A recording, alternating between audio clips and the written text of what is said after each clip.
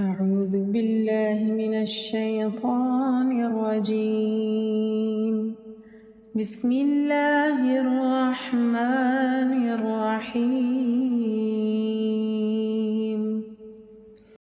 والتين والزيتون وطور سينين وهذا البلد الأمين لقد خلقنا الإنسان في أحسن تقويم ثم رددناه أسفل سافلين إلا الذين آمنوا وعملوا الصالحات فلهم أجر غير ممنون فما